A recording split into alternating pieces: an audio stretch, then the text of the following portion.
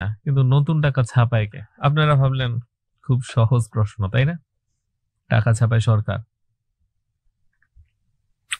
কিন্তু আপনারা যদি টাকার গায়ে দেখেন, শুধু 2 টাকা, আগে 5 টাকা ছিল, এখন কিছুদিন আগে দেখলাম 5 টাকাও না। তো যাই হোক, 1 টাকা, কিছু কয়েন, এগুলো সরকার ছাপায়। বাকি টাকাগুলো সরকার ছাপায় না। বাকি টাকাগুলা কে ছাপায়? টাকার গায়ে লেখা আছে, সেটা ছাপায় কেন্দ্রীয় ব্যাংক। কেন্দ্রীয় ব্যাংক এবং সরকার দুইটা আলাদা প্রতিষ্ঠান। সরকার যদি টাকা ছাপাতোই, তো সরকার ঋণ নিত কেন? আমরা তো দেখি যে পদ্মা সেতু তৈরি করতে গিয়ে সরকার বেশ বিব্রতকর অবস্থায় পড়েছিল, যখন বিশ্ব ব্যাংক ঋণ দেয় নাই।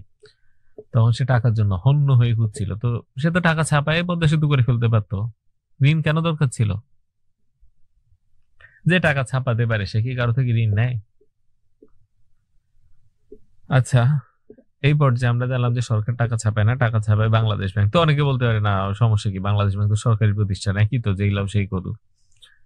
আম যেই লাভ সেই কদু না। আমি যদি বিশ্বের বিভিন্ন দেশ নিয়ে আলোচনা করি, তখন আপনি বুঝবেন যে আসলে যেই লাভ সেই কদু না। বিশেষ করে আমেরিকা যে ফেডারেল রিজার্ভ ব্যাংক, সেটাই বেসরকারি প্রতিষ্ঠান।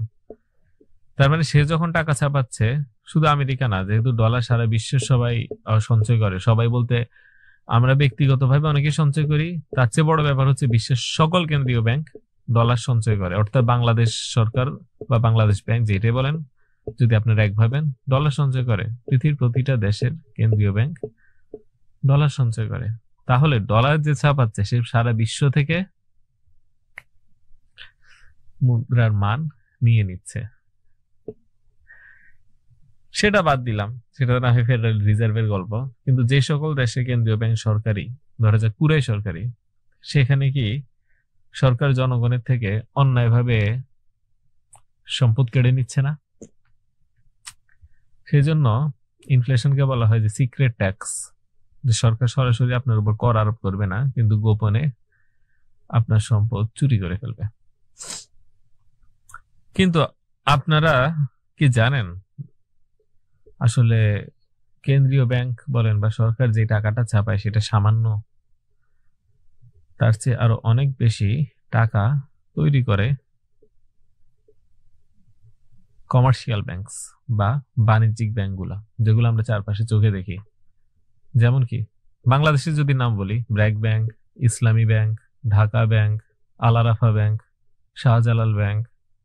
এরা এরা টাকা ছাপাচ্ছে, ঋণ দিচ্ছে, আপনার আমার সম্পদ চুরি হচ্ছে। এবং প্রত্যেকটা ঋণের সাথে কি জড়িত? সুদে আসলে বাড়তি মুদ্রা ফেরত নেওয়া জড়িত।